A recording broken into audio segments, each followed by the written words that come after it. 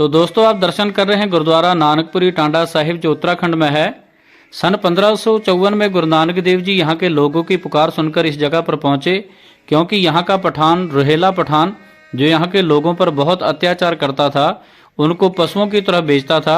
गुरु नानक देव जी इस जगह पर आकर यहाँ के लोगों को रुहेला पठान के अत्याचारों से बचाया और उनकी रक्षा करी।